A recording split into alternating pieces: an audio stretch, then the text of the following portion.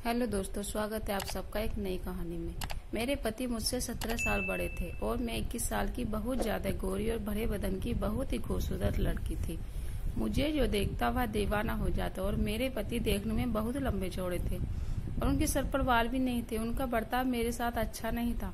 मैं हमेशा ये मुझसे नाराज ही रहते थे। शादी की पहली रात को उन्होंने मेरे साथ जो किया वह अच्छा नहीं था। मेरे खून निकल रहा था और वह कमरा छोड़कर चले गए। उन्होंने पलटकर भी मेरी तरफ नहीं देखा। हाँ दोस्तों, यह बात उस समय की है जब मैं एजुकेशन में पढ़ाई कर रही थी। मेरी बड़ी दीदी को लड़के वाले देखने आए थे।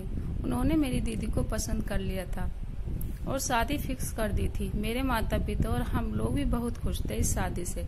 यह हमारे घर की पहली शादी थी।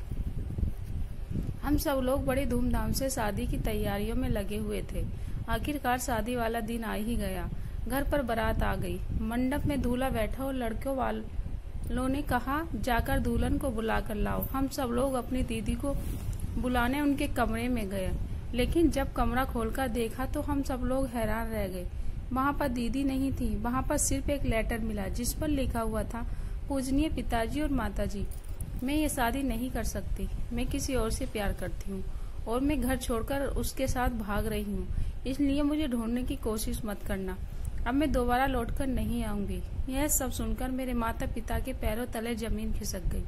सोचने लगे कि क्या किया जाए, अब तो बेइज्जती ही हो जाएगी पूरे समाज में। फिर मेरी मम्मी ने मुझसे कहा, बेटा एक ही उपाय है कि तुम दुल्हन की जगह ले लो। अब हम लोगों की इज्जत तुम्हारे हाथ में ही है। मेरी तो कुछ समझ में नहीं आ रहा था कि अब मैं क्या करूं।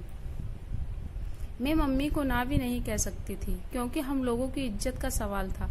इसलिए मैं दुल्हन के कपड़े पहनकर मंडप में बैठ गई और मैंने ये शादी कर ली। मैं यही सोच रही थी जब दूल्हे को पता चलेगा तो क्या होगा। मैं घूंघट ओढ़कर अपनी ससुराल में बैठी थी। रात को जब दूल्हा आया और उसने घूंघट उठाया तो पूछा, तुम तो उसकी छोटी बहन हो, तुम यहाँ क्या कर रही हो? जाओ तुम अपनी बड़ी बहन को बुलाओ। मैंने अपने पति को सब कुछ सच सच बता दिया। यह सुनने के बाद वह बहुत तेज गुस्सा हुआ और मेरे मुंह पर 2-3 थप्पड़ लगा दिए और मैं वहीं गिर गई। मेरे बहुत तेजी से खून निकलने लगा, लेकिन उसने मेरी तरफ ध्यान नहीं दिया और बहुत चिल्लाया और कमरा छोड़कर बाहर चला गया। मैं रात भर रोती रही और मैं कर भी क्या सकती थी। आखिरकार गलती हम लोगों की ही थी। ऐसा कई महीनों तक चलता रहा। उन्होंने कभी भी मुझसे एक्सेप्ट नहीं किया। इसी कारण आज जब हम लोगों का कोई बच्चा भी नहीं है। मेरे पति बहुत अमीर थे। उनके पास पैसा, दौलत, सोना चांदी बहुत है, लेकिन बस हम लोगों के पास सुकून नहीं था।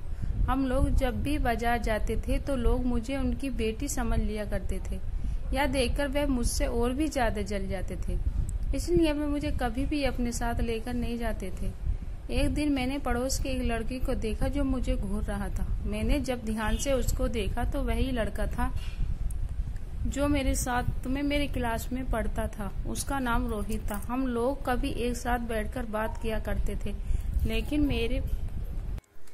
मेरी हमेशा लड़ाइयाँ ही होती थी। पूरा मोहल्ला हम लोगों पर हंसता था और हम लोगों की लड़ाई देखकर मजे लेता था, लेकिन केवल रोहित ही था जो मेरे दुख दर्द को समझता था। एक दिन मैं और रोहित घर के बाहर खड़े होकर बात कर रहे थे। तभी अचानक मेरे पति आ गए और उन्होंने हम दोनों को देख लिया। वह मेरे ऊपर बहुत चिल्ला रहे थे और मुझसे लड़ाई कर रहे थे। मैंने उनसे कहा कि मैं अब कभी उससे बात नहीं करूंगी, लेकिन वह मेरी बात सुनने को तैयार नहीं थे। बहुत जोर जोर से चिल्ला रहे थे, जिसकी वजह से उनका बीपी बहुत हाई हो गया। मैं चिल्लाते हुए जीने की तरफ जाने लगे, तभी उनका पैर फिसल गया। वह जीने से फिसलकर सीधे नीचे गिर पड़े। मेरी तो समझ में नहीं आ रहा था कि अब मैं क्या करूं। मैंने सोचा क्यों न राहुल की मदद ली जाए। कोई और मोहल्ले वाला तो मेरी मदद नहीं करेगा। इसलिए मैं तुरंत ही अपने पड़ोस के राहुल को बुलाकर लाई और हम दोनों तुरंत उनको हॉस्पिटल ले गए। हॉस्पिटल ले जाने के बाद डॉक्टर ने मुझसे कहा कि आपके पति कोमा में चले गए, अब भगवान ही इनकी रक्षा करे। मैं भगवान से बहुत प्रार्थना करने लगी, इनको जल्दी से ठीक करना। मेरे और राहुल ने दिन रात उनकी सेवा की। मेरे पति को भी एहसास हो गया था कि इतना पैसा दौलत होने के बावजूद भी किसी ने उनका साथ नहीं दिया। सिर्फ राहुल और मेरी पत्नी ने मेरा इतना साथ दिया है। एक दिन डॉक्टर ने मुझसे कॉल की और कहा, आपके पति होश में आ गए हैं, जल्दी आ जाइए। मैं और राहुल जल्दी से हॉस्पिटल पहुंचे। मेरे पति ने मुझसे कहा, कि अब मेरे पास ज्यादा समय नहीं है, ये लो बक्से की चाबी, तुम और राहुल आपस में शादी कर लेना, मैं इस दुनिया से जा रहा हूँ। तुम लोग हमेशा खुश रहना, या कहते हुए इस दुनिया से चले गई। हम लोग बहुत रोए और उनको अंतिम विदाई देकर अपने घर लौटे तो वह चाबी से हम लोगों ने वहां बक्सा खोला तो हम लोगों की होश उड़ गई। उस बक्से में इतना सोना चांदी था कि हम लोगों के साथ कुश्ती बैठकर खा सकती थी। मैंने और राहुल ने शादी कर ली। आज हमारे 2 बच्चे भी हैं। आज हम लोग मजे से अपनी जिंदगी जी रहे हैं और बहुत खुश हैं। दोस्तों, अच्छे इंसान के साथ हमेशा अच्छा ही होता है। जिंदगी में आप सिर्फ भलाई करते रहिए, वह भलाई का फल आपको एक दिन जरूर मिलेगा। आशा करती हूँ कहानी आप लोगों को पसंद आए तो प्लीज़ वीडियो को लाइक शेयर कीजिए और हर रोज नई कहानी पढ़ने के लिए चैनल को सब्सक्राइब जरूर कीजिएगा। धन्यवाद।